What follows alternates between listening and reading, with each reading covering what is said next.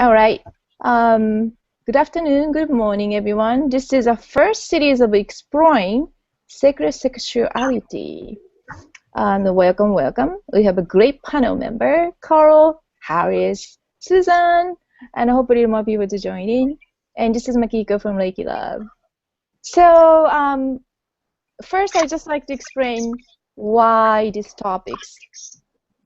It actually came from the part of my awakening process. The part of the vision, the spirit guide took me to the Tibetan mountain and showed me this monk. It was a mysterious scene that I saw and took me 10 months to understand what that means. Just because it was a suggestive, but I didn't connect that to this particular topic of sexuality and religion. Basically, the spirit was trying to show me how Tibetan monk be able to suppress sexuality or exploring sexuality, and that the scroll that the monk was hiding from, that was basically the secret, and they basically know how to do it. I still didn't understand why this spirit showed me the image. And then later on, and more became clear to me that there are some significance around human sexuality and the power of manifestation. So the esoteric practice, or those elite so-called monk or priest, and there's a lot more knowledge here in this group, so I'm going to pass the mic very soon. They knew the power of the manifestation using sacred sexual energy. So the key is that sacred sexuality is not what we think of animalistic sexuality that kind of come out from nowhere. I guess I'm talking more about more structured, directed, disciplined sexual energy can be used for powerful manifestation. And it was such a power that certain religion prevented from manifestation process on purpose, good or bad. That's up to your judgment. But the certain religion, other religion, encourage as a co-creative power. So here is like the two extreme, right? And then one suppressed so much that they request the monks or priests to avoid any sexual interaction with others, or even the thought. They were punished just having that thought. So that's polarized extreme posture. And there's another extreme. However, before going, so that's to just explain why I'm interested in these topics, but also the macro implication of why we talk about this is that our Mother Earth, our sacred feminine planet. If you're familiar with Andrew Barris, the Mother Earth, the planet Earth, has a 200 womb chakra. Almost every single womb chakra right now is suppressed. One of the reasons is that the surface being, which is us, the feminine sexuality, is also being suppressed for eons. And that's also the reflection of what Mother Earth is as well. So releasing this sacred feminine sexuality as a human would also help the Mother Earth, which is kind of strange, maybe, but I think to me it totally makes sense. So understanding what is sexuality to you as an individual, as well as what is a sacred sexuality, that's like down the road. I think it's a very interesting topic itself. And then also talking about cultural, religious limitation and programming, how that affected you personally, or as a collective, or just seeing other people, right? It's an observation. that itself is quite useful and a great starting point to understand how different and difficult subject and interesting and complex project this topic this is. So I'm gonna stop here. Oh, hello, Bianca. I'm gonna stop here and then perhaps kind of quickly pass the mic around, and as much as you feel comfortable to talk about your point of view of sexuality and anything that trigger you want to add to that, welcome your comment. Bianca, hi. Hello. Do you have audio? No. Bianca? I do, but it's noisy here. Oh. But hello, guys. Hey, great to see ya. Thank you for welcoming me. So Bianca, Harris and Carol and Susan are here. They are from the group called Brain Trust. That Hey, will be. Hello. And you guys are gonna do great. I just know it. So Bianca, if you feel uncomfortable voicing because of the background noise, you could type. Feel free to use chat box, and I will pass the mic maybe later on. So who would like to go first?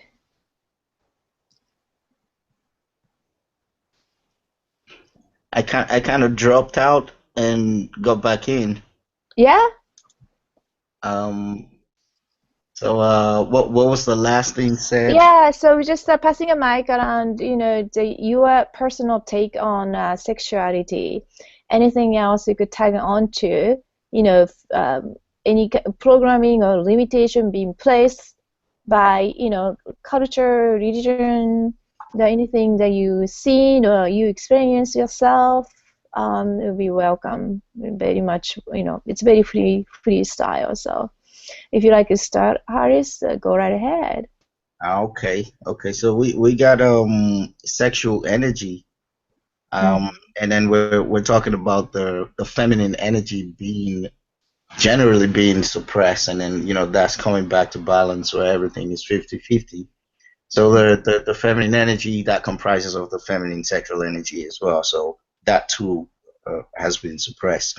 But if you look at our cultures, like different cultures, let's say from where let's say I grew up in Africa, and you have this has been in many other places as well.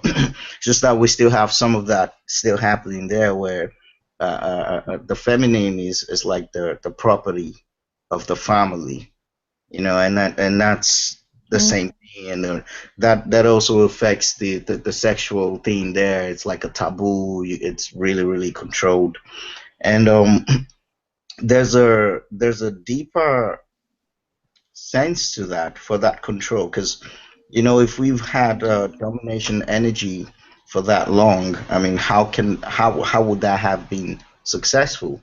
They would have had to cut off some things that would really connect you to spirit, some things that really remind you of who you really are, and sexuality is one of that. The sexual energy is that rush of spirituality, really, when you're climaxing. It's like you're almost remembering how it feels like being just spirit. So that's how huge the sexual energy is, and of course, it has to be one of the things that domination energy has to tackle first of all. How do we control this? And of course, also the feminine energy it's the energy that kind of creates, that gives birth to everything else. So you really want to have tabs on that as well. So that's why those things were dominated in that way. But now that we're moving back to the balance of both masculine and feminine energy, I think as a society, we are now more people are looking into sexuality. They want to talk about it. We're moving away from that taboo era, and more people want to talk about it. They might not just have found a group or others that want to kind of like what we're doing right now. So people start getting aware that, hey, it's not just a taboo, because we all feel that, there's something positive about this thing. There's something that is true and real about this energy, So I think that's what I got for now. I love everything you said in the beginning, and it just touch base on the polarity of it, and so wonderful, wonderful. Yeah. Thank you, Harris. Well pointed. So I do agree about. It's interesting you said about having a climax moment remind you of when you were spirit, and then I think that's actually amazing information. I never thought that way, but it takes you. To me, the moment is like a detaching, like this part, right, to somewhere else, and you become like a heart-based being. So maybe we are saying the same things, but Yes, you're. It's exactly the same thing, because yeah. that's what it does. And then when you're kind of detached from there, you're connected to your true self. That's the only thing that is happening, just that experience. Mm. And the is it the joy, the excitement, the whole thing? That's spirit. That's how spirit feels. And experiencing that with true love in there, when there's love and the recognition, because love is always there, but the recognition, the acknowledgement of love within that experience, that is magical and ballistic. The whole room could shake from that. What are How you doing, Carl? Wow, that's amazing.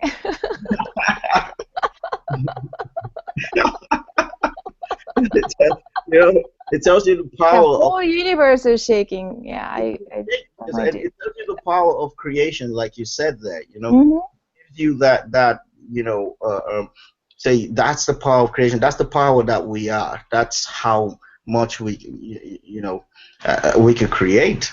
And sexual energy is one of the things I could kind of take you there. Yeah, I do agree, and Bianca say agree with you both thus far. Excellent. Um, I know Susan wants to say something. Susan, do you wanna take this? So where I'm going with this personally is learning to be creative is my biggest thing, is living a life of following rules, following, what everybody else is doing, following what's expected. At some point, you need to, eventually break away from all the things you've been doing in those areas. But this seems to be like the last area that I have been working on to try to free myself from what is everybody else doing, and I have to fall in a certain category. I have to do what everyone else is doing at my age, that all those kind of things. You just feel the pressure all around you. And so to become creative in this area, to me, is a profound focus, and to not worry about what anyone else frequency or whatever, just making it totally unique to my situation, unique to my partner, that I'm choosing to be with. This to me is my ultimate goal for co-creation in my intimacy right now. So I think that would most resemble what an indigenous society would look like, that it's free. We have sovereign free will over our bodies. There's no control over what people can say we can do with our bodies. And then again, going through the sacred neutral, it's okay, whatever you want to do is fine too. And so it's just an individual creation of my expression, of how I want to express my full being, my full creativity, my full female empowerment. in a sacred way, in that, you know, you're respecting other people's boundaries as well, and, you know, those are a given. Obviously, I don't think we need to talk about that, but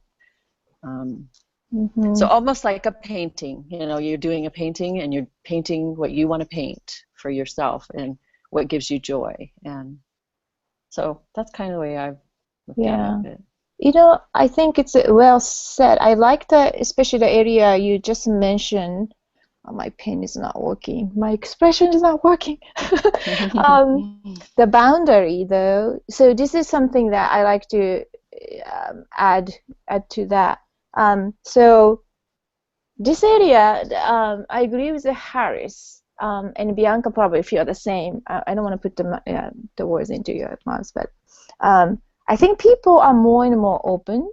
However, it's still in a taboo area, and for some people, even having this conversation, for some probably seen as the marks being stepped over.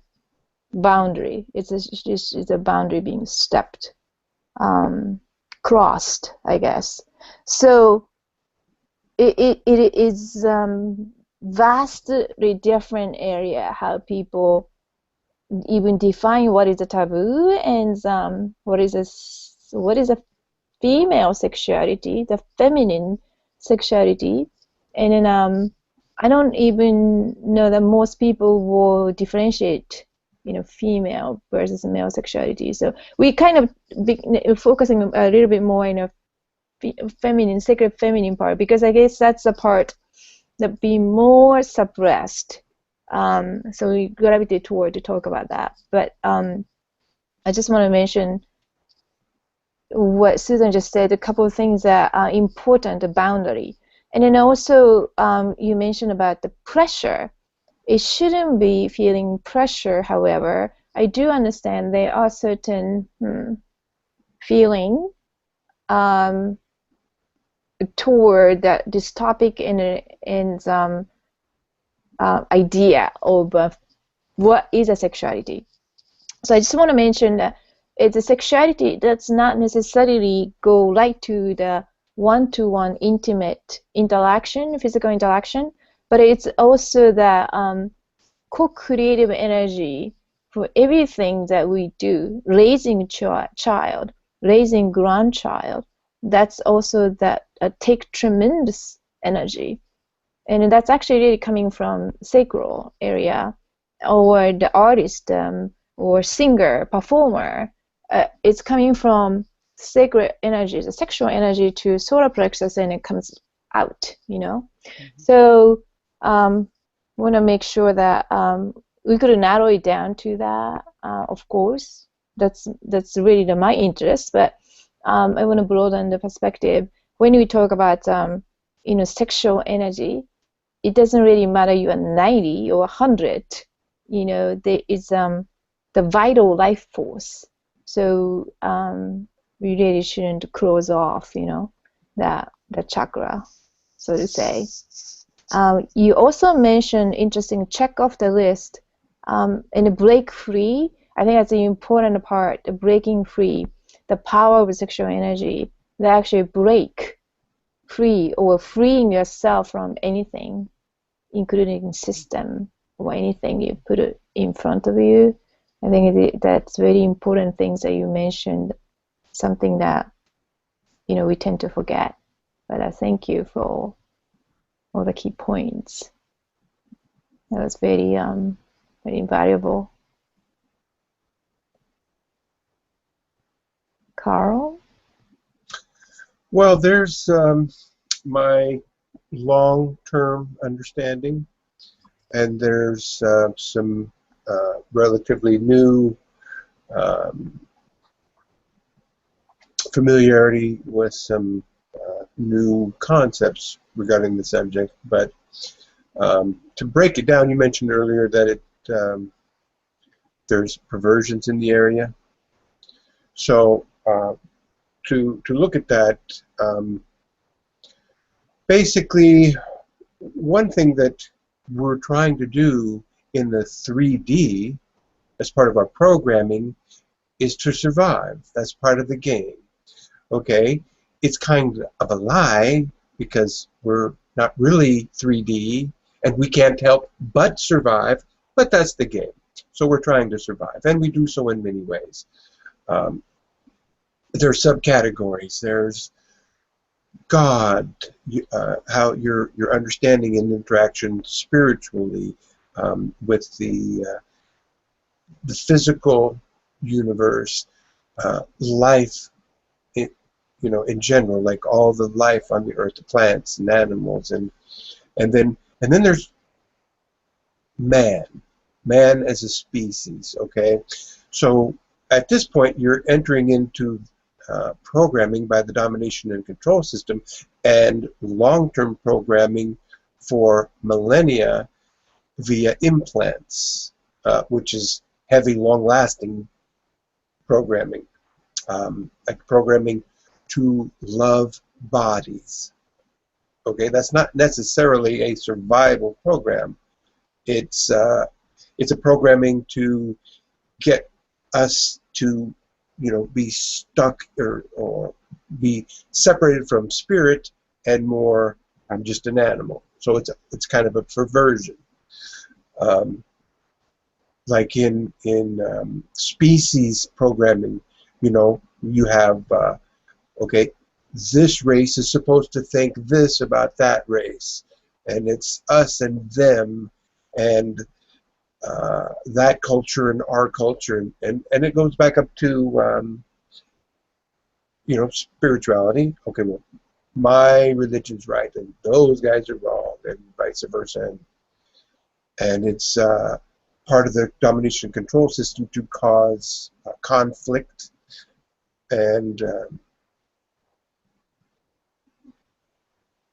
war and death and anger and suffering and fear, and that's what they want. So when you get down to so you have the ultimate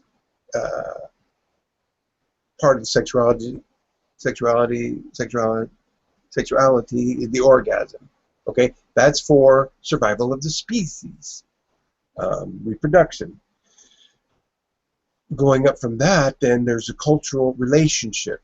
So there's now here it gets funny, because now it's just dependent on agreements. What is your agreement regarding a relationship? It's completely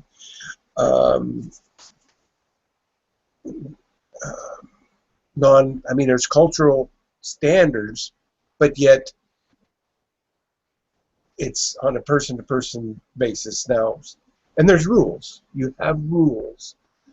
Whether you say them or not, there's, a main rule is fidelity. Well, you in American culture, that's a general rule, and really you need to spell it out if it's going to be something different than exclusive partnership. But then, like you said, it's the rearing of children. Okay, so then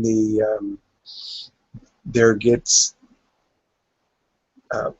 programming of irrationality into that aspect. And then, so you have, your family unit, husband, wife, children, and then you have your wider unit, brothers, cousins, grandparents, nieces, nephews. So there can be a lot of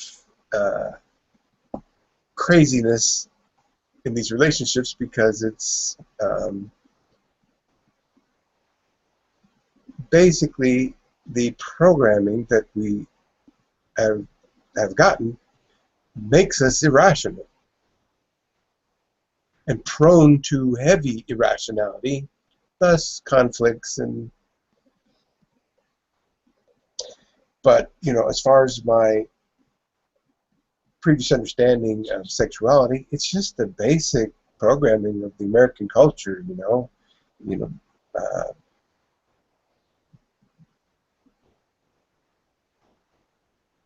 girlfriend, married. There's like, as far as fidelity, that varies, you know, from subculture to subculture. It's kind of an ethical decision, personal decision regarding that.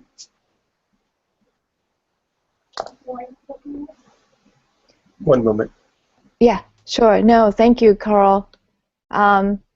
Actually, he mentioned a vital place that I didn't mention first. So he mentioned, well, he mentioned a lot of important things. Carl, are you there, or he excused? Maybe I couldn't say this later when he joined. One thing that I want to mention about, he mentioned about agreement, and then it is limit, very unique to human. For this discussion, I like to exclude just this topic, this one only, agreement. We're going to put this in a parking lot, meaning that we acknowledge there is agreement in place. This makes it so much more complex to discuss these topics. So I like to take this out. Oh, good, he's back.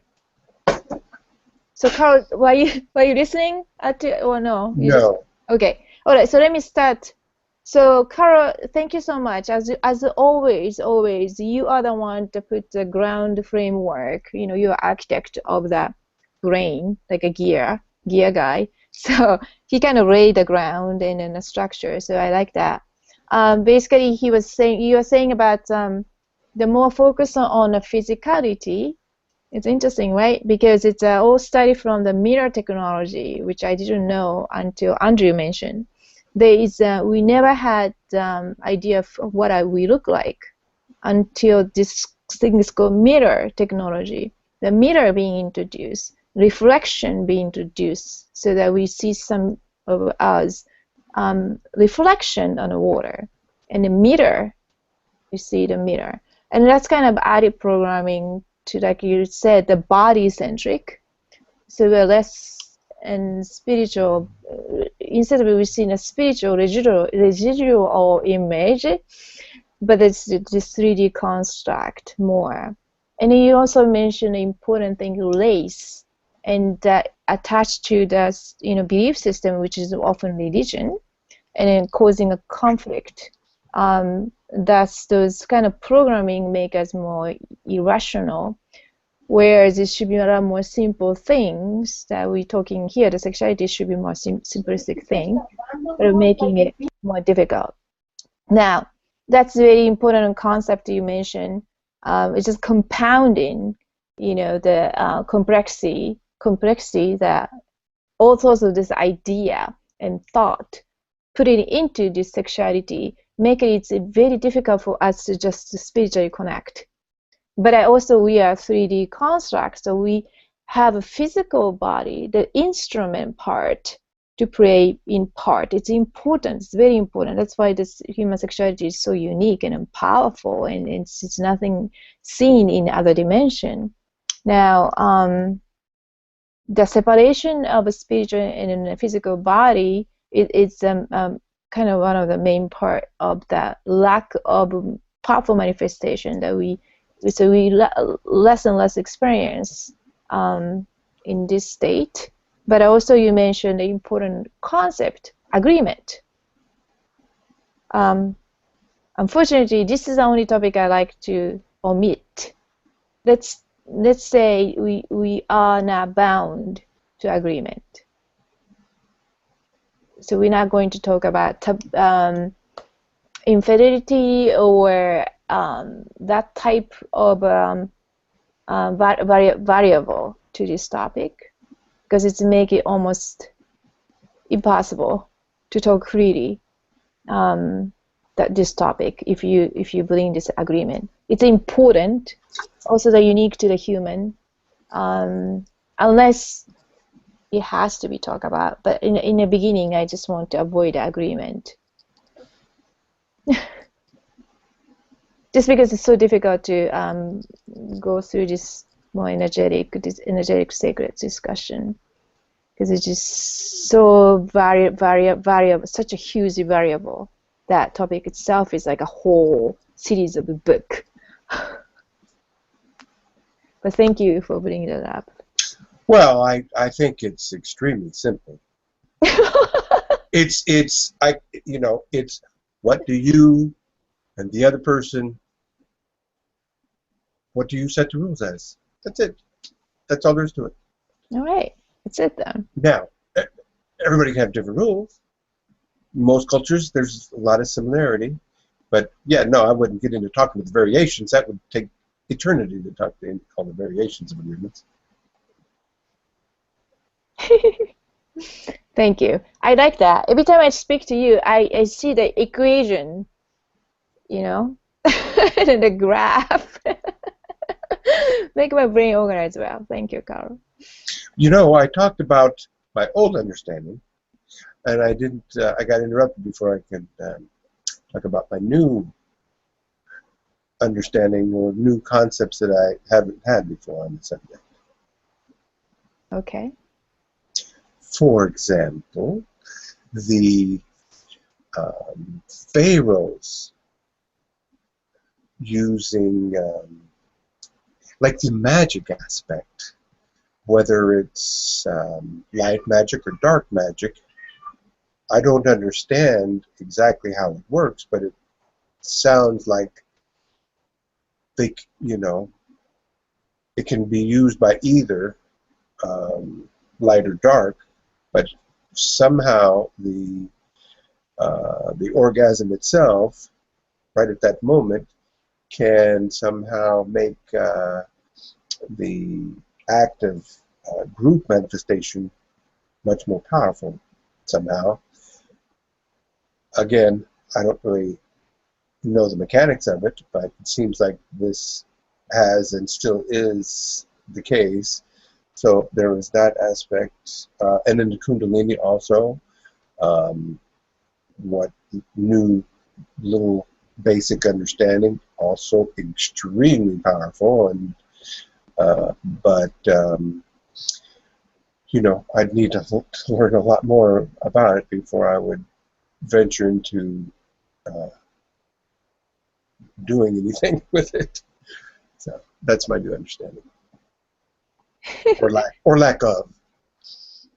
I'm not sure the lack of. We're gonna talk about more of the Kundalini as we go. But I guess I just try to understand. You're saying some kind of magic. Are you talking about the insertion of external influence during the moment, or something else? Okay. Let me further define. So, just manifesting our reality is magic. So that's the definition of magic I'm using. Is okay. that power of decision and intention. So, for example, you have in the movie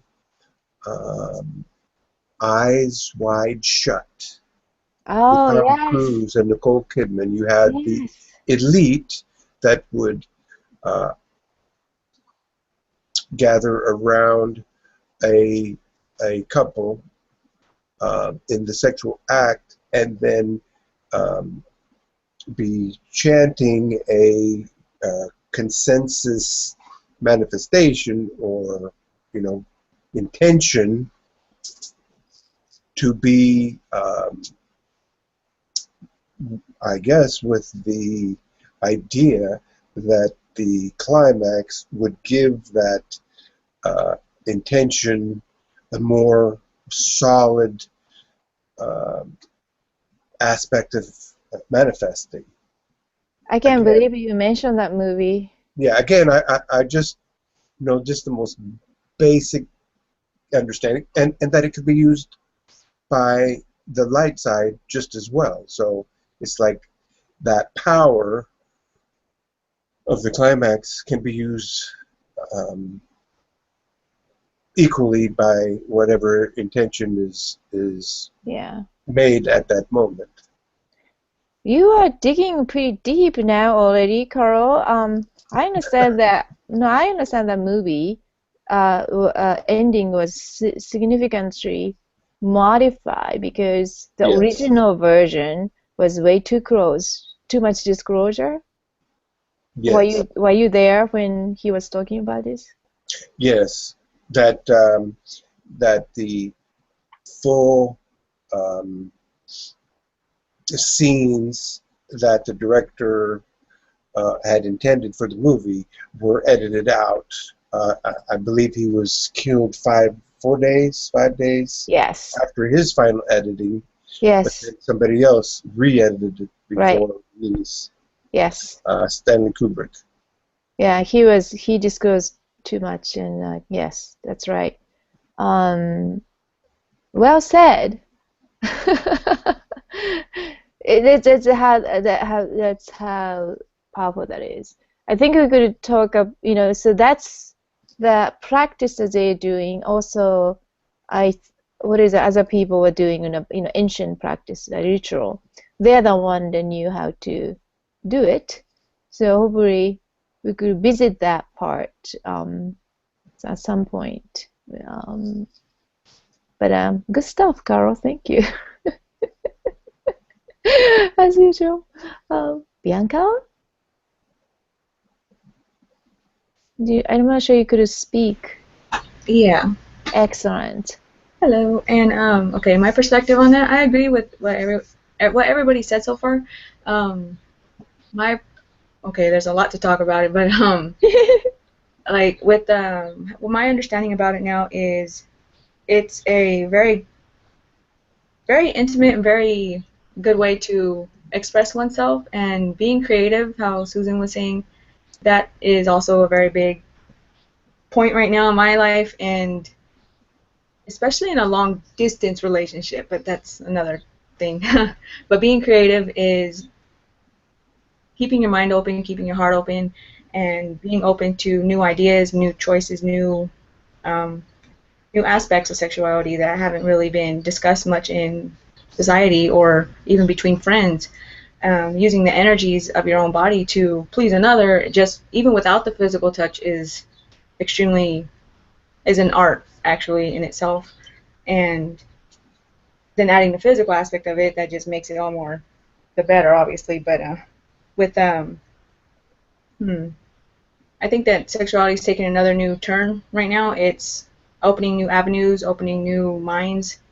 It's new ideas in everyone's mind, especially getting rid of old beliefs on it and welcoming a new avenue for others to feel free and to freely express their spiritual being as they are truly in their heart, not to be confined or conformed in this society or the society's beliefs and construct of what it's supposed to be. Um, if this is making sense. Yeah, no, it does tremendously. I like that. I think you have a lot more to share with various area you just mentioned. I like the way you said, first you started, your definition of, it's intimate, and I totally, to me, it's too. There are a lot of those multidimensional love and other love, like a more collective love, and then I think it's always there, and it's important. But to me, in this point of my life, the specific love to particular being, to share the special moment, that's probably one of the most important thing. So I kind of do agree with you, the intimacy. Obviously, we all feel the creative and expression. You also said about the being free, break down the old. It's a power of breaking down the old idea, the system, so-called, or thought process, and be able to welcome the new, something new. I also like to highlight what you said about the expressing sexuality without the physical touch. Kind of like reminded me of back in, because I'm from Japan, in, I guess there's so, almost like a 4 or 5 centuries, even royalty or high class people couldn't even see anything until the day of the ceremony. all they did is writing a haiku, a poem, back and forth. So can you imagine how frustrating that is? And be able to please each other with haiku is a 575. That's just a limited square inch of paper. You express basically how much you love this person without seeing anything. So it's the power of the writing and the imagination, you know. Extreme. So it's extreme, but I'm sure you come up with a much better way than that, Bianca. But it's something, you know, if you could, I don't know, if you're, you know, kind of comfortable to share that in the future, but I think you have a lot more, how do you say this, new idea of what new generations are doing around this area, or you probably could shed light into how your generation, from your perspective, you know, compared to, you know, the previous generations, you know, how folks have changed in terms of the topic, the sexuality. Do they more freely talk about it, or just kind of natural thing, eating and sleeping and, you know, making love, it's just like a part of everything and nothing special?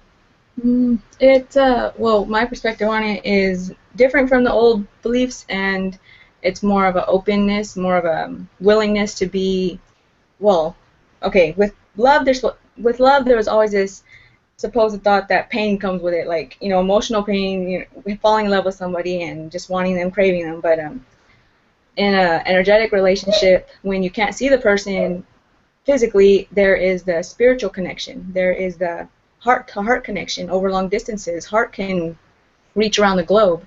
And that way is the most profound and the most wonderful experience ever when it comes to being in love with someone. Being connected at the heart, being connected at the soul, you know, the core. And the mind will get in the way if you attempt this type of relationship. It will make you fight with your beliefs and find yourself. And it's actually a very spiritual way, and it's a very, I think, effective way to become more of who we truly are and what we truly are when we first came here. And like just sharing, it's like Reiki over long distances, sharing the energy between two, and it's just, it builds, and over time it'll build a connection. From the beginning over time it'll build stronger and stronger, and you'll actually start feeling this magnetized feeling between the two of you, and the telepathy grows extremely. Be able to, like, even call each other without texting or without calling. You'll be able to, like, I don't know, kind of like knock on their energetic door and like, calling you, want to talk to you. it's I think it's a good way for people to just get in touch with themselves, get in touch with their heart. And being physical first, of course, is wonderful, but it keeps you from connecting at the heart. It keeps you from connecting everywhere else, and kind of stays superficial. And wow, that's cool. But I'm willing to share anything, so any questions, I'm good. Yeah, no, thank you. I think this is a great. I was like, wow, this is so much more than I didn't expect so much, but I didn't. Just to comment on that. Yeah, go ahead. I don't really think that's generational, because No? my girlfriend and I were separated for 6 months. I saw her one time in that time, and let me tell you, there was some extreme sacred sexuality going on that weekend. But the phenomena that Bianca was talking about is absolutely true. I mean, that separation, my desire, my love, my intention to be with that person just got more and more and more, and grew every day that we were apart. So as soon as I got back to, I was out in Los Angeles and she was in Miami. As soon as I got back to Miami, we got married. Wow, that's powerful. Thank you. Yes, I guess the way that I put the question, I put it in that categories, and I don't think Bianca meant to say, this is a difference, but yeah, thank you for reorienting that, Carl. The things I was very impressed the most is her take on the use of telepathy and a spiritual connection. Um, Basically, it really co-created, right? Co-created between Bianca and his partner, and that's just so beautiful. Again, I had to put this on a sexual energy, a beautiful manifestation power, and then and the greater motivator and an energy to bring something magical and then manifest in this realm, which is telepathy. Believe it or not, that's our next evolutionary process for humanity. So huge congrats on that, Bianca. I mean, it's amazing. It's just so beautiful.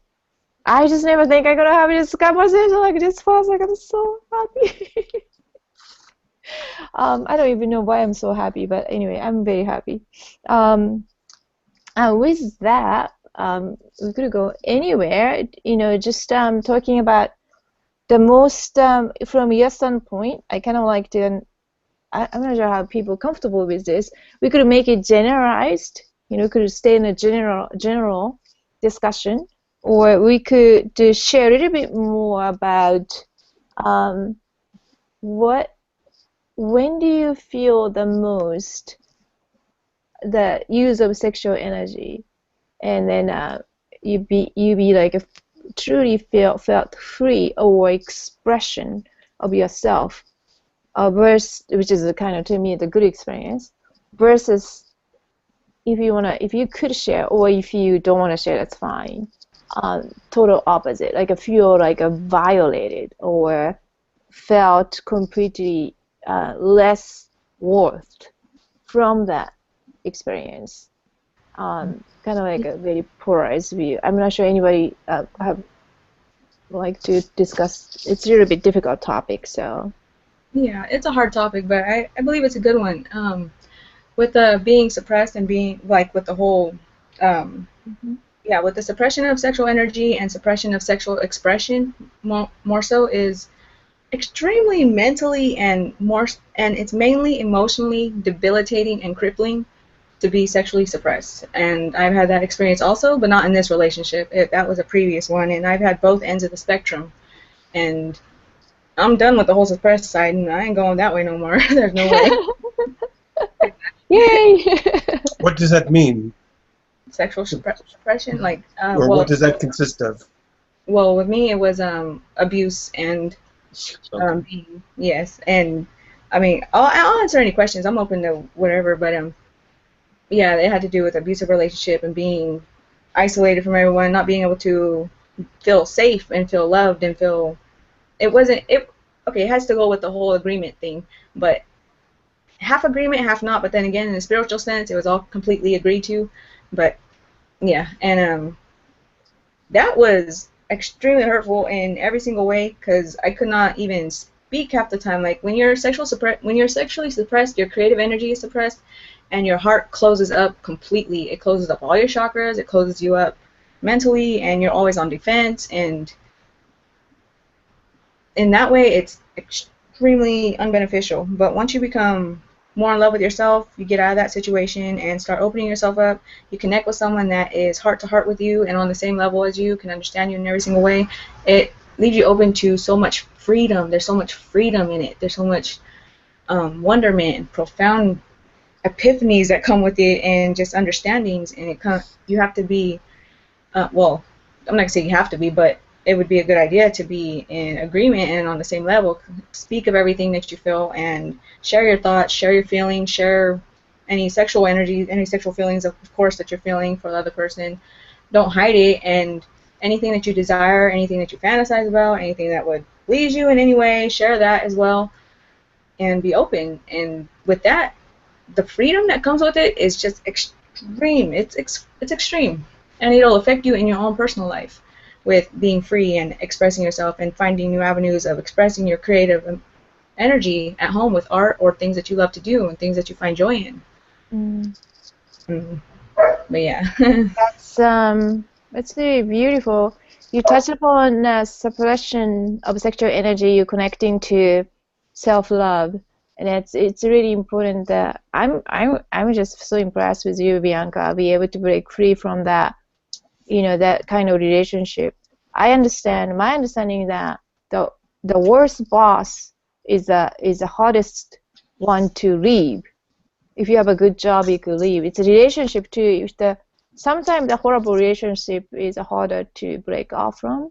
So huge congrats on you, Bianca, to recognize and you love yourself enough to find the relationship that open up, and be able to truly express your, sexual, expression as well as be able to receive, and then have a freedom from it. That's quite profound examples. Yes, Carol. Yes, I know you want to talk. Go ahead. Well, yeah, she she opened the door to a really good subject, or the problem, which is how are you going to find that person with the open heart? And do you have the open heart? I mean, for me, I always thought that I was, very passionate and, considerate, but there is, it's a scale, it's a spectrum, I mean, from where I am now with my understanding of, my new understanding,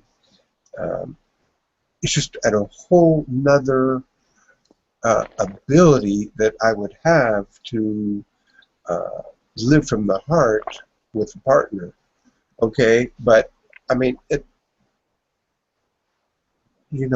what percent of the population of Earth is at my frequency? I mean, it has to be less than 0.1%, right? Now, on the good side, more and more people are getting there. I mean, I am getting there. Have I gotten there? Does anyone ever get there? I don't know. Absolutes are unattainable. But I said earlier that this area, of all the areas, religion, culture, race, the sexual partner and family is the most irrational of everything else. And everything else is pretty irrational. But this is more than any of it. So to actually understand that you to have the best relationship that you can have, you need to get a partner at your frequency, because if you don't, it's not going to be good. We all know about that, Carl. We know all about that. Yes. It's very painfully aware. Like Andrew would say, where was my manual when I was born? You remember for that is, right? It's in a woman's womb, your mother's womb. That's a good one. So let's check the polls. Harris, I know you're doing the chat. Do you wanna add here anything? Or you're muted. Oh, can you hear me now? Yes. Okay. I was listening to Carl there, and then we had the side chat as well, and then I was eating this crisp stuff. Hold on. Is it okay for you to talk now? Oh yeah, hold on a second. one more bite. Yum. I'm so delighted to be here. Actually, this is wonderful stuff. I wasn't even expecting this. I wasn't expecting the synchronicity. Wonderful stuffs, Bianca. Wonderful stuffs, Carl. Wonderful stuff, Makiko, Susan. Um, you just Makiko was saying, Carl, you were like an architect or something. You kind of set the whole thing, and then it just made it. And then there was something I knew wanted to come through, but I didn't know when. But you just set it up. I'm like, okay, wow, that's it right there. And then Bianca did the same thing. You know, the oh my God, they're feeling that sexual energy, between two co-creators, and without the physical touch, that is a huge. That's like the future, and a lot of people use that. A lot of people feel that to connect.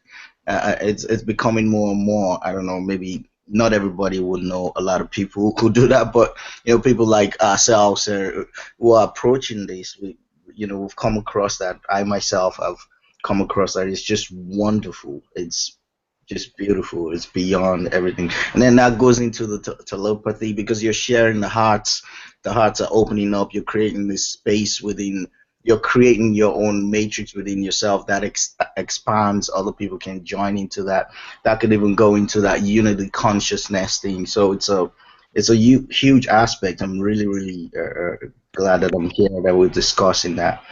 And the how will I say it? Carl was talking about the sexual energy and how that has been used within, let's say, polarity. You have the bad side. They, like you talked about the movie, they got around, they tap into, when they're climaxing. That could be used for the positive side as well. And there's another aspect to it, the neutral side, the neutrality side of things, where that could be used for the benefit of all in existence. And that's where that unconditional love comes in. So that's a magic for neutrality, and that's something that I've actually, I would say, practiced myself. It's something I'm really interested in, and I've actually, done some things for healing, so that's an aspect I love how you put that through, and I'm like, yeah, that's beautiful. Of course, there is polarity, so either side would use it, but there's something beyond that, which encompasses all of us, the one consciousness, and that same magic can be used for that, and we all got the access to it. And once sexuality becomes more open and open, there's so many things that will come from that. So I'm really, really glad that I'm here. I think that's all I got for now. Hey, excellent. Thank you. Thank you. I want to pass the mic back and forth in Bianca and Carl, but I also wanted to do the pulse check on Susan. I'm not sure, Yeah. Susan, are you, yeah? Yeah. So something just came to me about our language in English, that when you even just say the word sex, it almost always just goes to copulation. And I was just so thankful that Bianca brought up the non-physical power. And so I just feel like we're having a programming just from our language that, the things we're trying to get to is, like Harris talked about, it's universal love, and it's not just copulation sex. So I don't know, I'm kind of speechless right now, because I'm just seeing this continuum, and where the programming is just tried to chop it up into categories of our heart-based love for each other, and how that a part of it is the bodies having a experience together, but it's also just everything to do with universal love and universal sacred relationship. So I don't know, I'm just kind of going off into space right now because something's triggered. So That's fantastic. yeah. That is the sign of a healing perspective of you in an opening, what are you wanting to experience. I think there's a lot more good things to come through. Mm-hmm. Yeah, because well, I'm not gonna. So I do understand there's a lot of activity in the side sidebar. I wonder, I could use a 9/11 now. So I could use the next maybe a few minutes to discuss about your take on the role of religion, just specifically the religion. Your own experience or what you observe, how that positively or negatively impacted on the expression of sexuality. This is a little bit of the broad, and I'm kind of welcoming in an area of the three major religions, Christianity, Buddhism, or the that line of religion. But Well, you mentioned something earlier that caught my attention, which is that um, that some Buddhist sects had some similarities to some Christian yes, sects, and I think that might be because they were both of these things. One was like pretty much directly created by the domination and control system, and the other one was co-opted from a person who said, "I'm not a deity, don't deify me." But then he was deified, and then it was co-opted by this same individual of the three main religions. So they're all underneath the same guy or the same group. So maybe that's where the similarities are coming from. yes. So it's interesting. This spirit was at least in my version of Jesus. She took me to this Tibetan monk, and then this Tibetan monk, the scroll, the hidden scroll, was basically Tibetan Buddhism teaching, and then that's strikingly similar to the teaching in Old Testament as well as the New Testament. So maybe you were talking about the similar things here.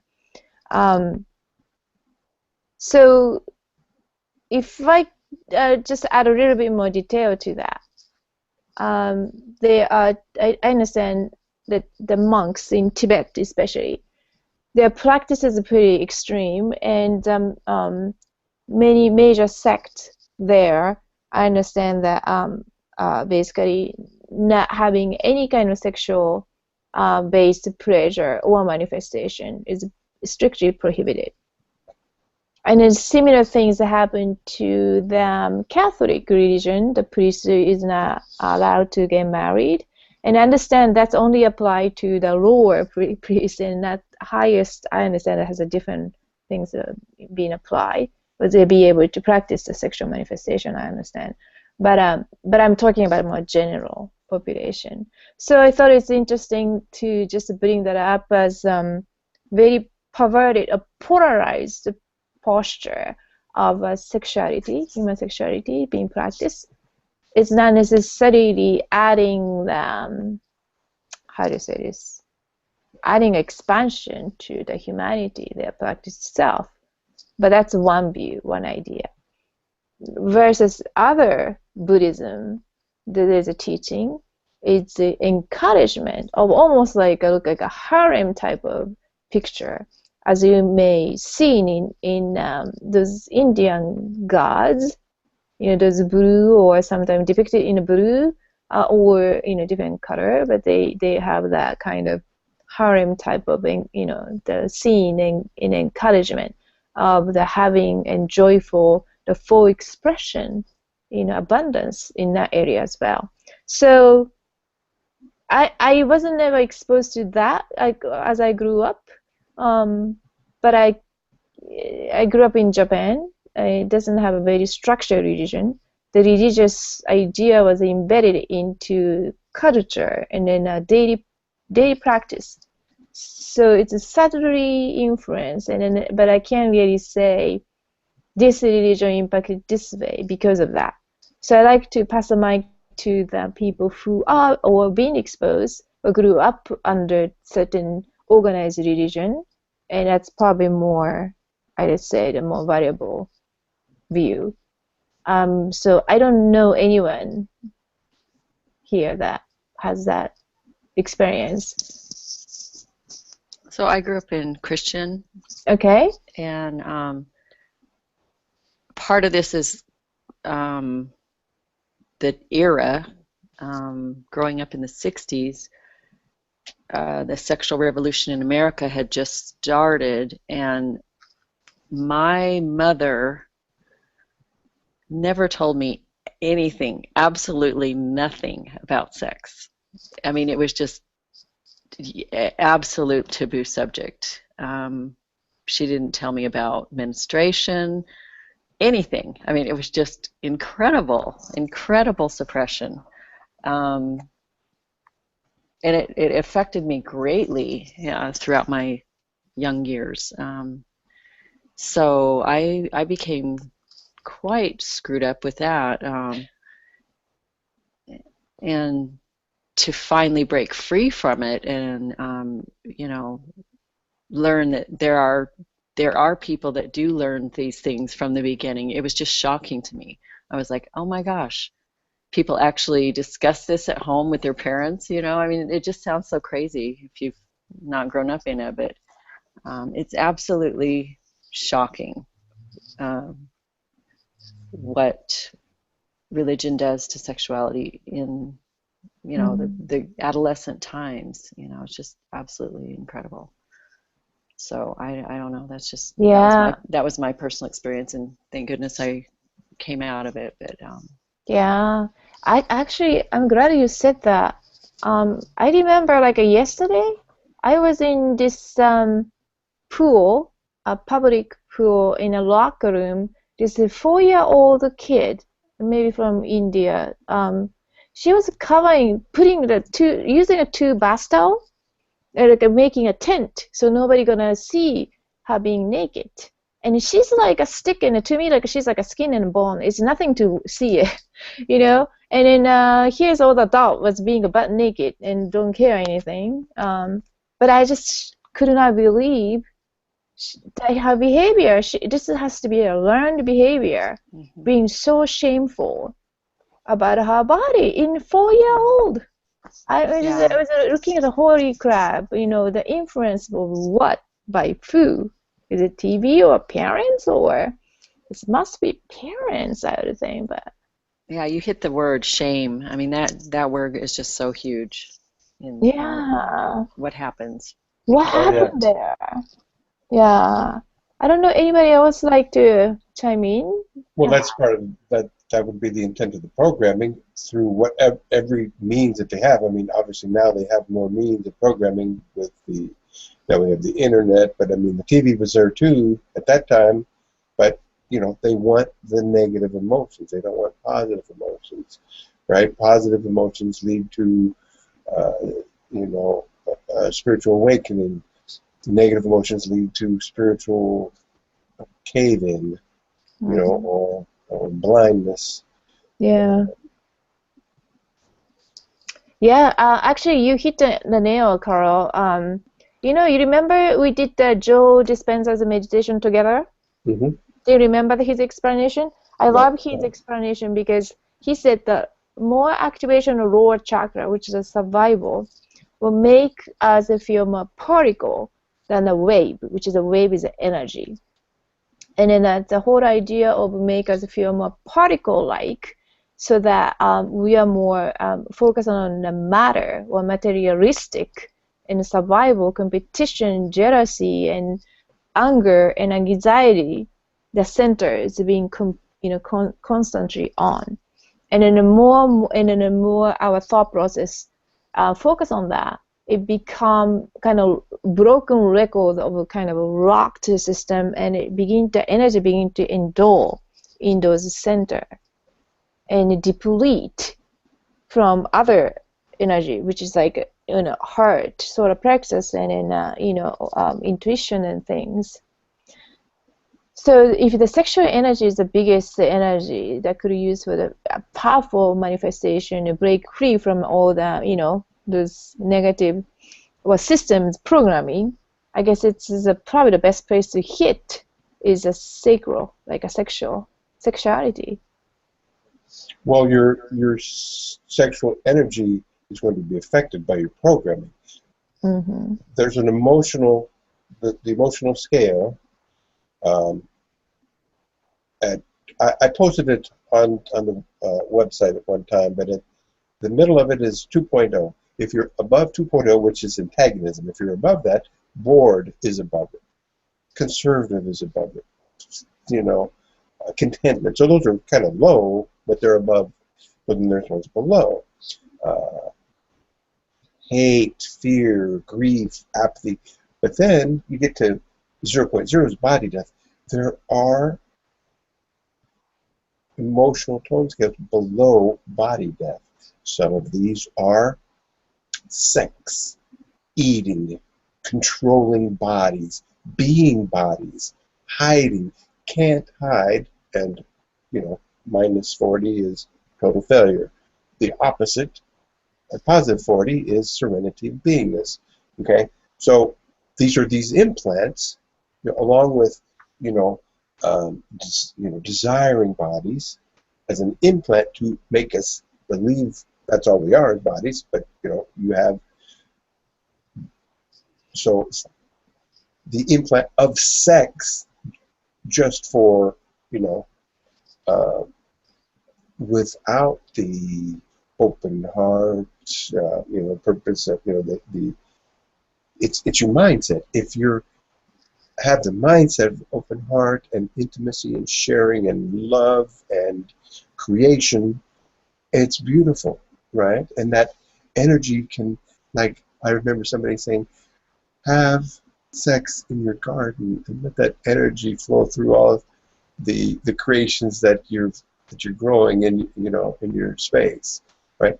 But at the same time, you can be stuck in these lower emotional things, and so the act in itself then produces a negative field of energy, right? So the act is completely dependent on the mindset, from where I see it. Do you think that's have you ever experienced that suppression from a particular religion, or you're more talking about that's general? No, that's just general spiritually. These implants I'm talking about are, you know, throughout the millennia in the journey through the universe. You know, once we got trapped into bodies and thinking that, you know, that was the purpose. I mean, okay, how do you control an immortal spiritual being who knows he can do anything? Yeah. It can't be trapped by anything.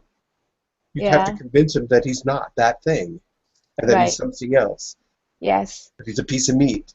So these, you know, these were methods to control, you know, from the whole time. As soon as, you know, it's a whole polarity thing. Right? Yeah. You touched upon the very important subject that I just want to add that, you know, explanation there, Carol. So we are in third realm, third densities, because we went through this grinding machine from we are much higher dimensional being, all of us are, and it just in this machine you just grinding down to the smallest parts, right, which is here, the meat part, that the experiencing this illusional separation, and then to try to come out and acknowledge and claim our sovereignty, and then understand we are more than this. And now we are collecting all the additional soul shards, so to say, to becoming a more and more complete being. So well said. Now, just going back to the sexuality and the manifestation, the power sexuality, how that's being either suppressed or expanded by religion is something I just want to talk about a little bit more. And then how timely Brian joined. Hi, Brian. Hey, can you voice or it's muted? Do you want to say hi to everyone? Hello, hello. Can you guys hear me okay? Yes. Can you hear me? How Can are you you? go? How you doing? Hey. You're in dark. Yes. Where are you, Brian? What country and state? I'm here in the States. I'm in Indiana. Indiana. Yes. I went to grade school in Fort Wayne. Okay, I know where you're at. Yeah. Or there. Now, I now know I'm where it's in, at. yeah, now I'm in Florida. Oh, that's And cool. Nice to meet you, my friend. my pleasure. Bianca, where are you from? California. So Brian, welcome, welcome. We are so some folks you know, of course, Bianca, Harissa here, and we have a Carol and Susan as a panel member. And thank you, Brian, so much for short notice joining. And then your experience, insight in this area was greatly appreciated. Just so that just update you, Brian. This is the first of the series that hopefully the many more to come. We're gonna be talking about the human sexuality, the power of manifestation, and then how that's been suppressed or expanded by many, but specifically religion for now. And I don't have the kind of solid background because I wasn't bound to any religion from a young age. So I only could see very objective view, but I don't have personal experience in this area.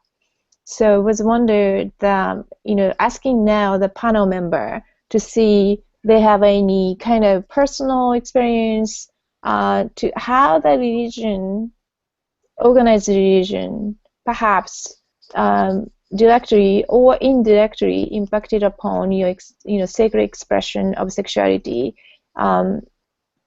in any way, from just to talking about it or to fully be able to express it in at a fullness, without the feeling of always feeling of shame, guilt, shame, and blame.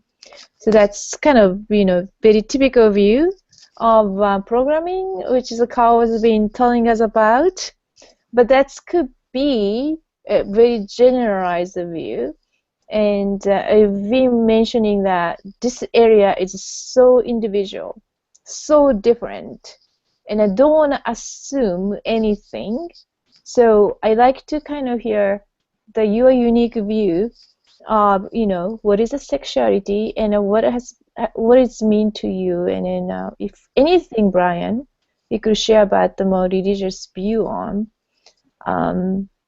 Much appreciated. And I know you just joined. If you want to have a little bit more time, that's okay. We could keep chatting, and if you are ready, you could just give me a cue, or if you want to jump in, that's fine as well. Yeah. I just want to make sure you guys can hear me okay. Yeah, we hear your beautiful Okay, voice. good. It's, oh man, where to begin with this? There's so much. Yeah.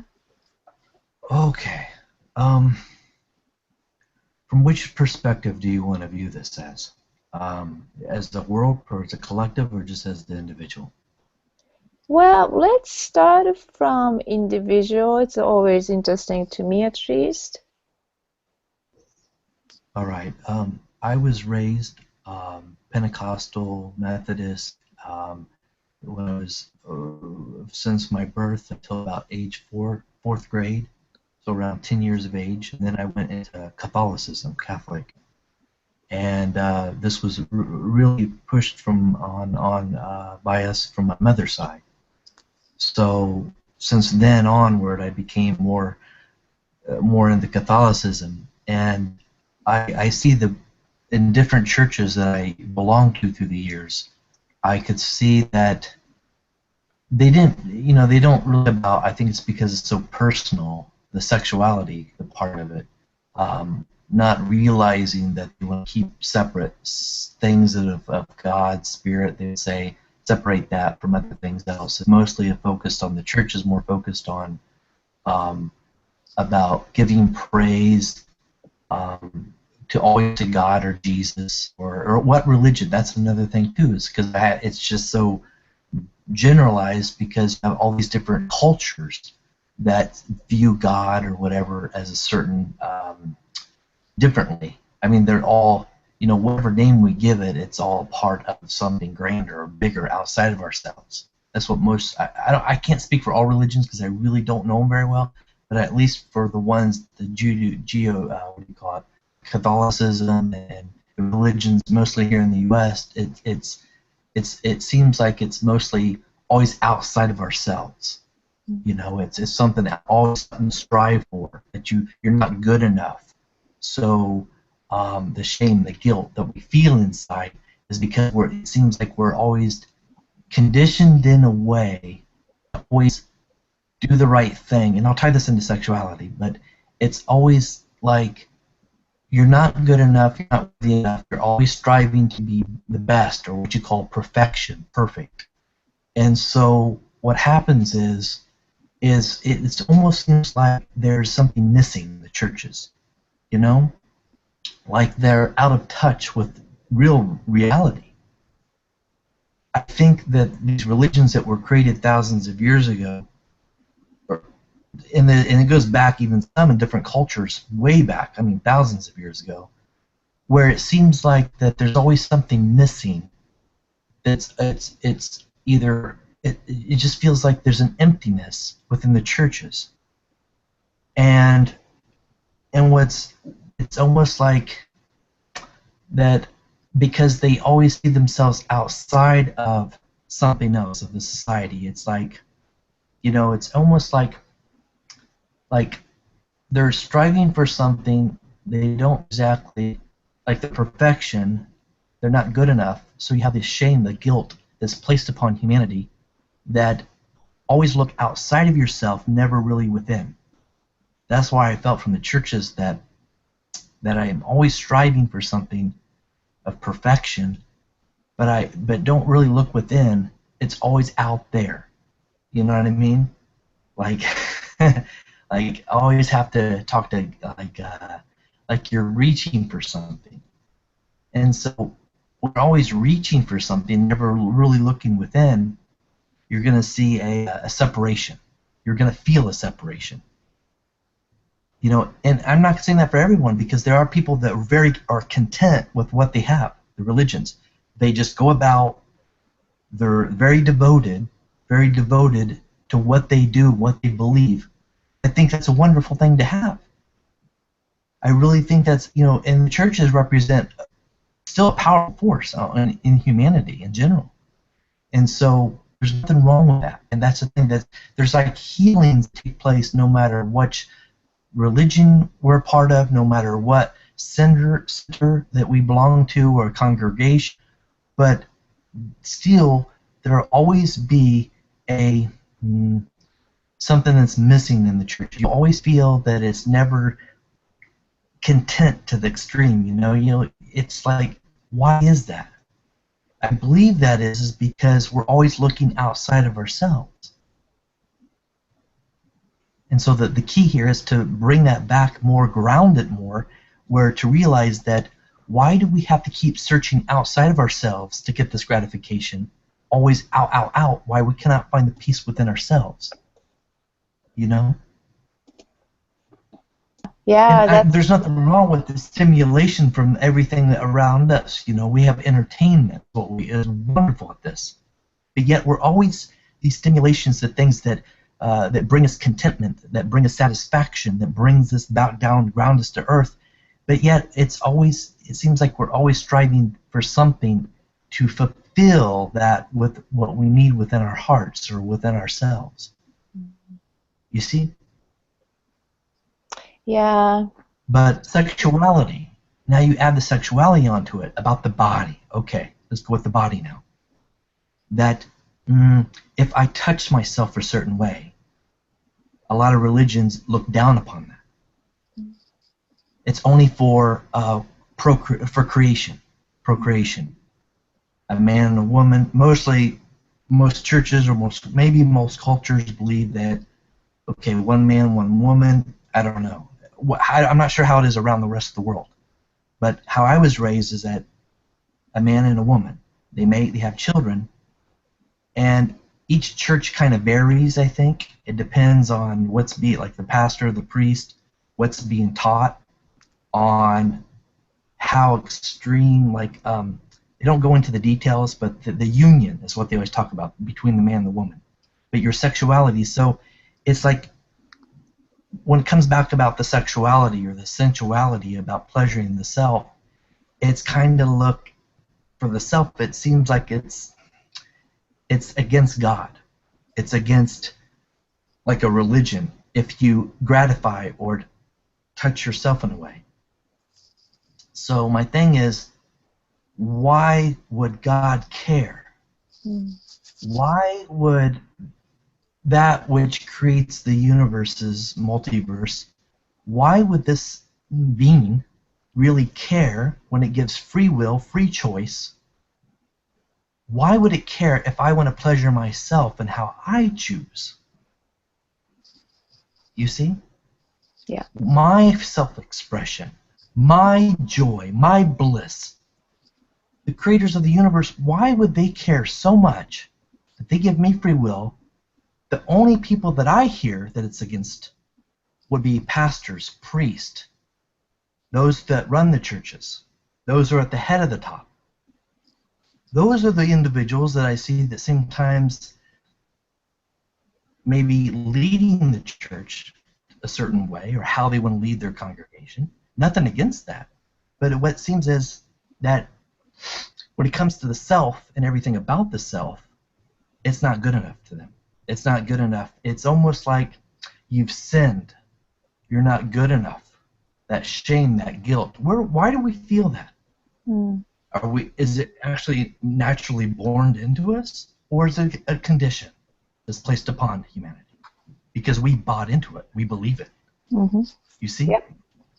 So the key here is to move beyond that and to say, I don't have to feel as a slave tied down to society. I can move beyond that. I choose differently. Why should I stay the same like everybody else? The most powerful prayer, I believe, and the most powerful thing that we have as individuals is choice. Choosing to choose freely. Now, those that, when we're conditioned in a way in society, it takes courage to go beyond it. It takes courage to move beyond a condition, especially when we're younger. Because when we're younger and we're raised in that environment, it makes it a lot harder to get out of it. You know what I mean? So that's the thing, is moving beyond that. Learning, allowing ourselves to feel that love for ourselves. It comes back to that. But there's nothing wrong with the gratification, in my view. There's nothing wrong to pleasure ourselves. You find that balance in life, you know? It's not about trying to, always trying to please others. We can't please everybody in the world. But still, when it comes to that sensuality, the sexuality, why not enjoy it? If it's not hurting or harming another, why not? You see? If it doesn't hurt or harm another human being, why not?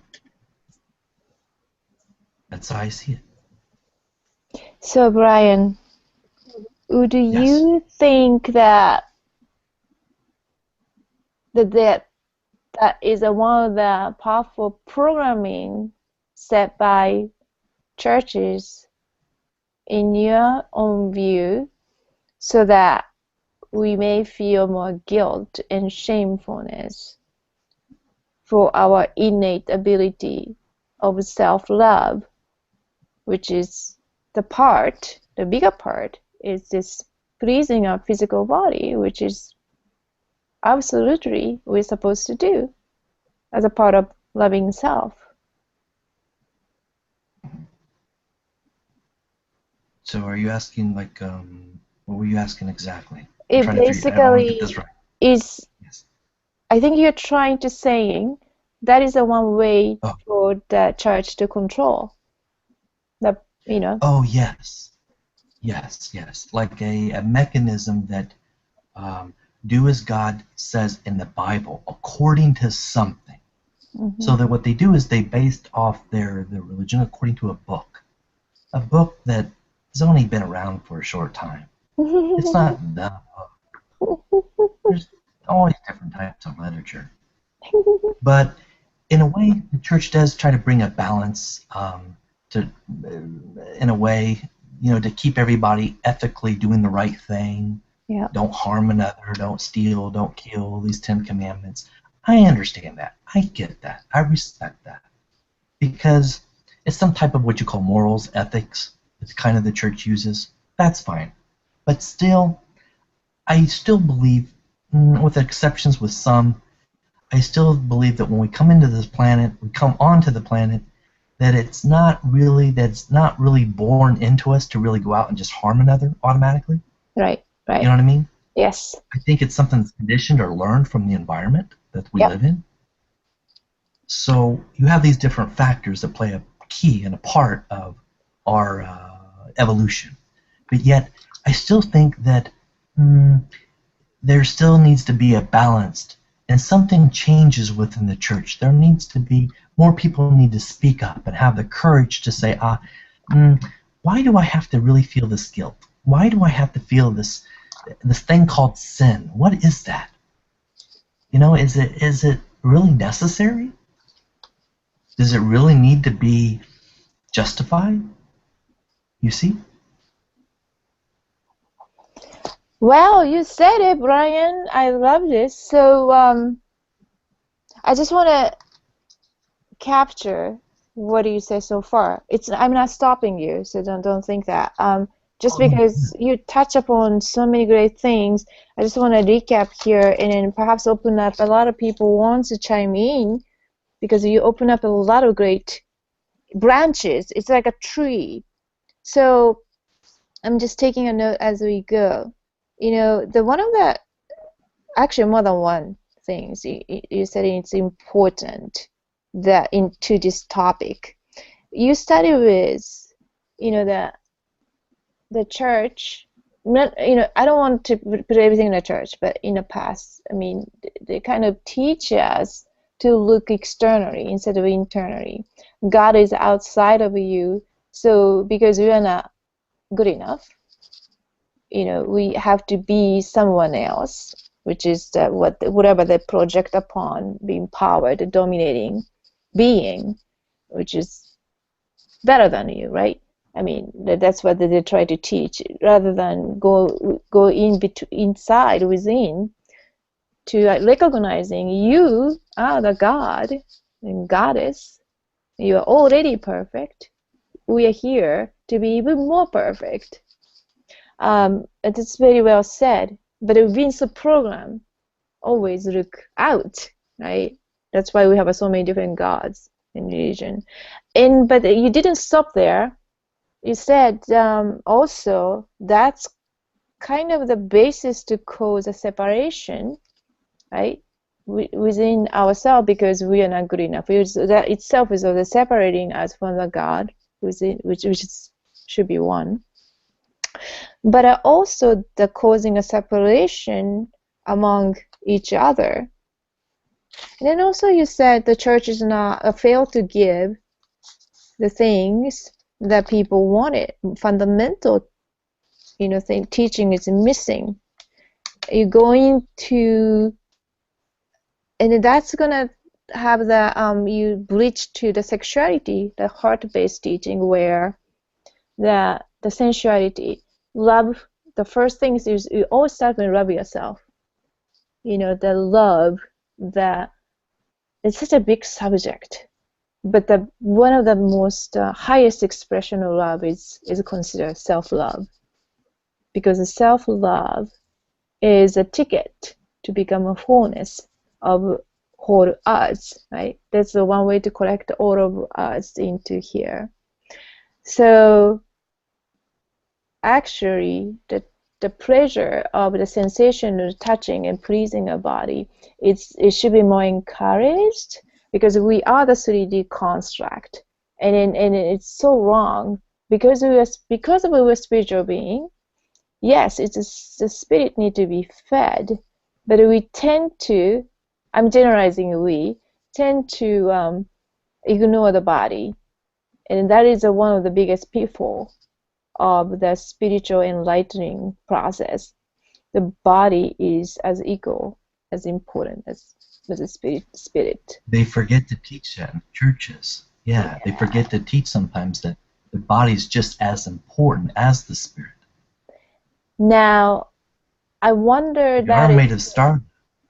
yes, I wonder that's intentional, or is it just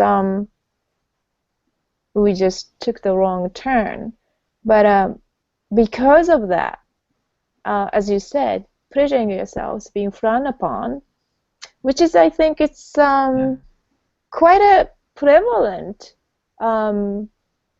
There's a certain cultures not, but I grew up in a similar environment that people don't talk about things, and actually suppressed to the point where the people do the perverted things. It's extremely outrageous things in the public. That's Japan. That's Tokyo.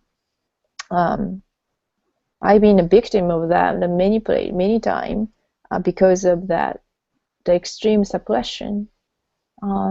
So, and then the last one that I want to mention is many more. The sin. I think the biggest one, sin. Yeah. We are born as a sin. I actually, after I became many different things, actually, Episcopalian and Catholic, I couldn't find anything different except the one is slightly different than this one. But I study all the things, and Bible study hours after hours, and I'm just amazed of the more deeper going to, it kind of makes sense in their own way. But I can't imagine people actually believing every single thing it's said in this book. But the main thing it teaches that you're born as a sin, as a whole. Come on. You gotta be kidding, right? But it seemed to be no one was questioning about that point. So that's the important thing. If you are taught when you're small, I can imagine how powerful that teaching could have been. So this is all I of was this going to stuff. expand on that. Yeah, do you like to? And I'm sure people want to jump in more, so go ahead, Brian. Yeah. Oh, Carl, you want to? I know Carl and Bianca was really wanted to chime in, so go ahead, Carl. Okay, well, so we were talking about sexuality and then religion. So religion is this huge subject of which sex and the suppression of it is just one aspect of the right. But but if you look at the bigger picture of the becoming enlightened, and you do research, you find out that there's this matrix. What's a matrix? It's an altered reality of what the true reality is, or a partial reality, or an illusionary reality. But it's what we're aware of isn't really how it really is, or it's just a tiny piece of how it really is. Okay, so we're in the matrix. Okay, but you can get the information and start the journey of discovery or rediscover, because we already used to know, or our macro self is there and knows. Well, from my journey of exploring the matrix, there's also a religious matrix, of which I have been part of, and I am less so now. But just as I would talk to people in the matrix about the matrix, they would think I'm crazy because they have no idea about the first thing, that this, or like the domination and control system. They don't realize there's outside forces manipulating it to be as horrifically polar as it is. Okay. Well, so in talking about the religious matrix, those who are still in the religious matrix would think I'm crazy about what I'm about to say. Okay? Which is, the prime creator created this universe, invited some friends in, and away we go. We're having fun in this universe. The prime creator of this universe did not create the other universes. Other individual macro beings created the earlier universes, of which there's lots of other universes. And actually, there's countless universes because each macro being has their own personal universe, okay, of which any other macro being can take part in. Okay. So no being created everything, but yet here we are. And there's this guy who is telling us, or we're being taught, and he's telling us, I created everything, and you need to worship me. So, to me, this is not the prime creator. Prime creator even wouldn't say that she created everything, right? And she certainly doesn't say that we need to worship her, and she certainly doesn't need our money. Okay, so it is my understanding. I don't know who it is. Is it one of the 15 multidimensional beings? Is it a watcher, guardian? Is it a group? Is it an individual? Is it an Anunnaki? Said, I am the one and only God. And then some religions, he specifically began, started for the purpose of control and, the vampiric energy siphoning from the populace, okay? And that other religions, he didn't start, but he did then infiltrate through his minions and take over, okay? So that would explain why the Christian, the Jewish, the Muslim religions, they're not saying you are sovereign. They're saying, no, you're not sovereign. You have to, this guy's sovereign. You need to be, a minion of this guy. You need to pray to him. He's your master. You're not all powerful. He's all powerful. If you don't do what he says, you're in big trouble, right? Okay. So the whole purpose, of the domination control system is to keep us confused, to keep us weak, to keep us confused, in fear, doubt, and that's what that's my experience with the church, of the Christian church. I'm not sovereign. Don't, here we have, I remember when I was, my hormones first hit, man, I need to find me a girl. But the church says, no, you need to be married. No, that's a sin. Don't be doing anything, which is like so contrary. You have your base feelings and emotions, and that's evil, right? So the whole purpose, that's the whole agenda of the religions at the top. Your local priest might not understand it, and I've been to some churches where the minister was, completely, honestly trying to assist the congregation with tools to better their lives. But from the top, if you do any investigation of the Vatican, that's part of the big three-legged tripod holding up the system. Yeah, it's the biggest mystery school league who hold our spiritual contract. Yes, well said. Well said. Carol, I like that you brought up the very important point of, you are not sovereign, right? That's the teaching. We are not. We don't have a free will. That's the first thing they teach. And sin is a tool to control. And that sin, like you said, it's very interlinked, intertwined with the sexual expression and the way we interact with other being. And if we use our natural way of expression, we're going to have a label as a sin or sinner. That seems to be the way it's going, right? I mean, that's what you experience. I think you have a lot more knowledge in this area, Carl, I know. And then that's why I want to make sure this is a series and it's not like, one-off conversation. And then I know that Brian and then Bianca is like dying to say something more. So I know, Bianca, would you like to? Yes. Yeah, I like this topic. This is awesome. Cool.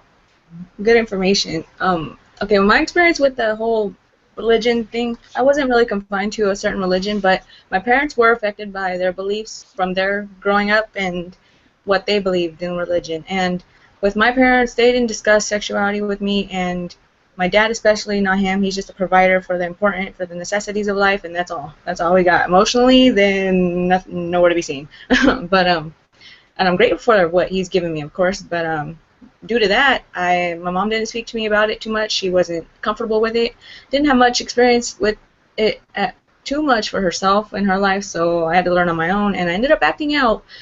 I ended up getting pregnant at a young age, and that just went south. But, I got 3 beautiful children out of it, and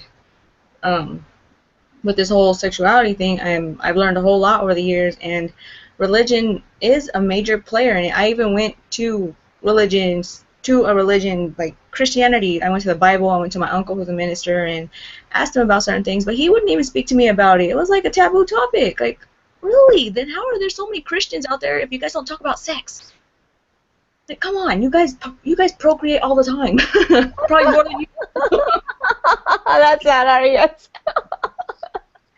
So, sorry, go ahead. it was no, it's okay.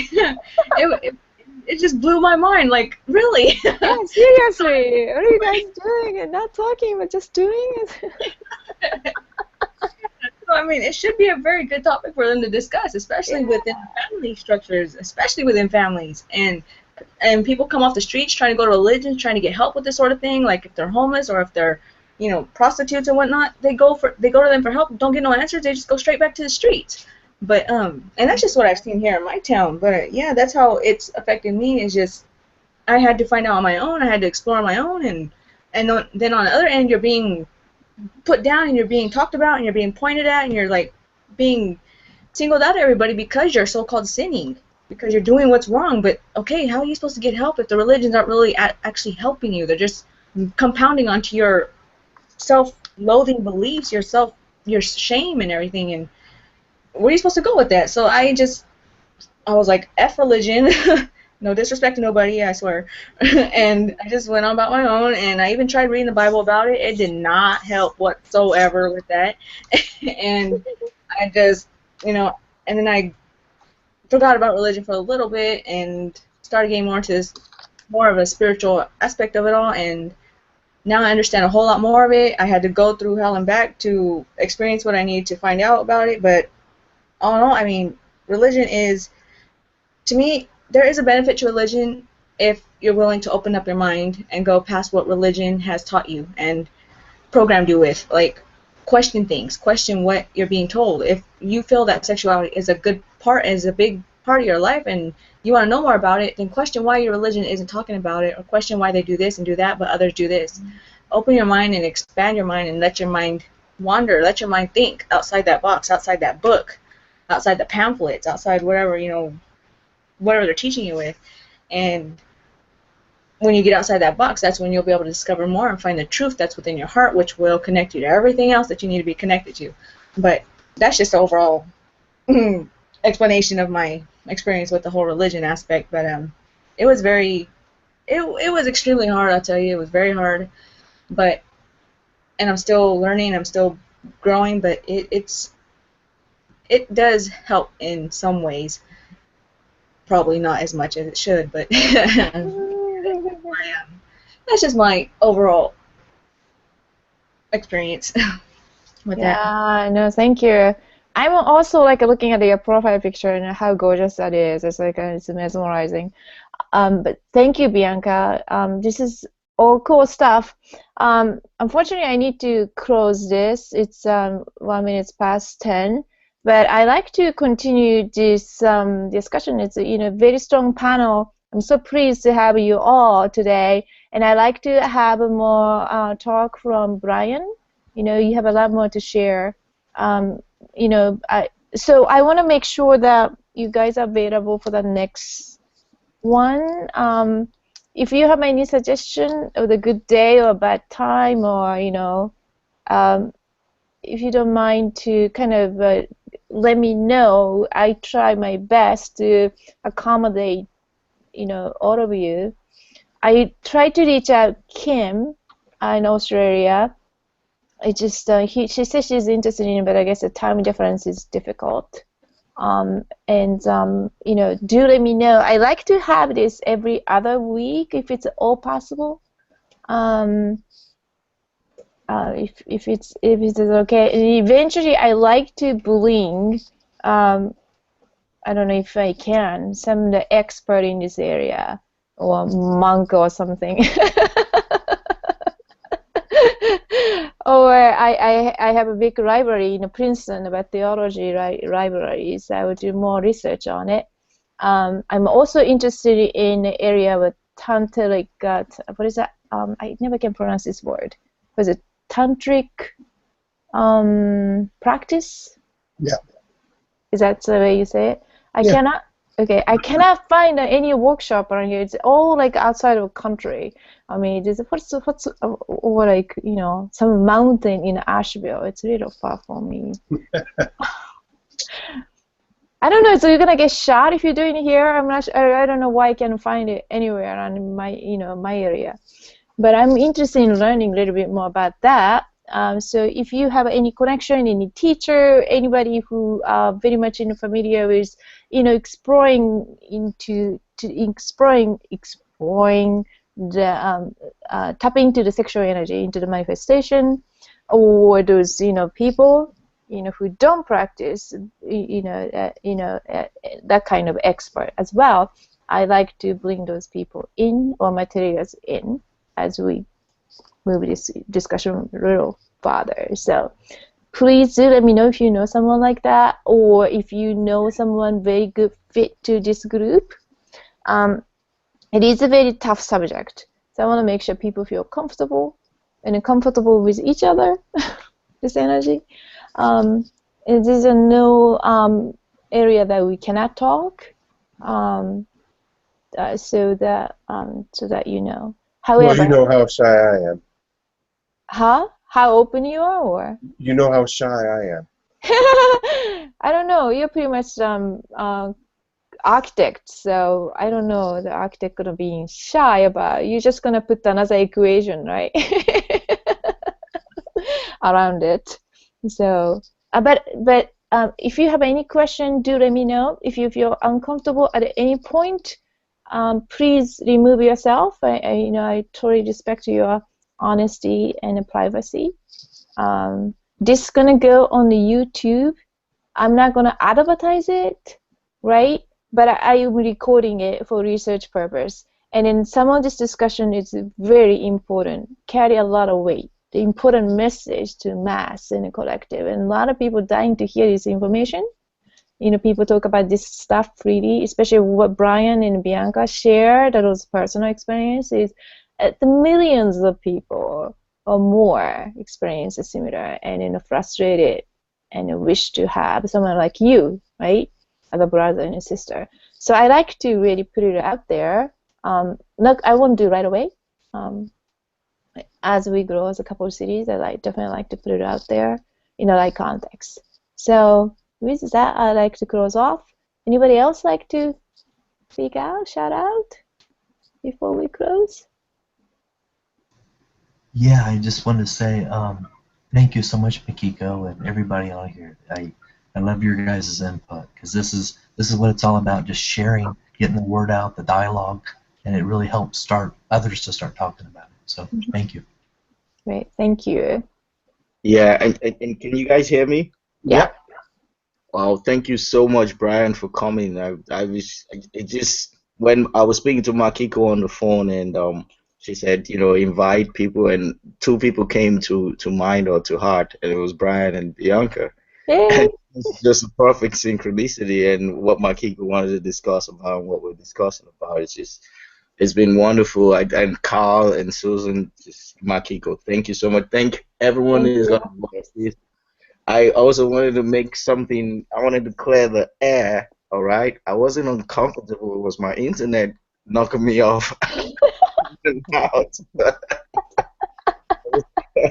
I was the internet shaking and knocking me off, so it wasn't like I was uncomfortable with discussing it. Yeah, I I, love you.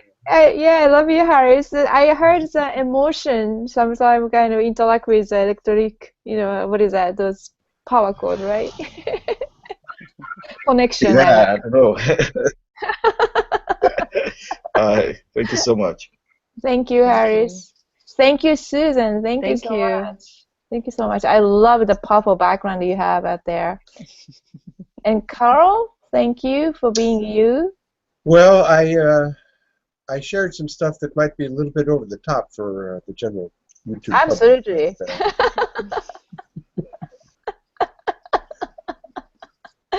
More to come from Carl. And Thank you. Bianca, thank you so much. We love you.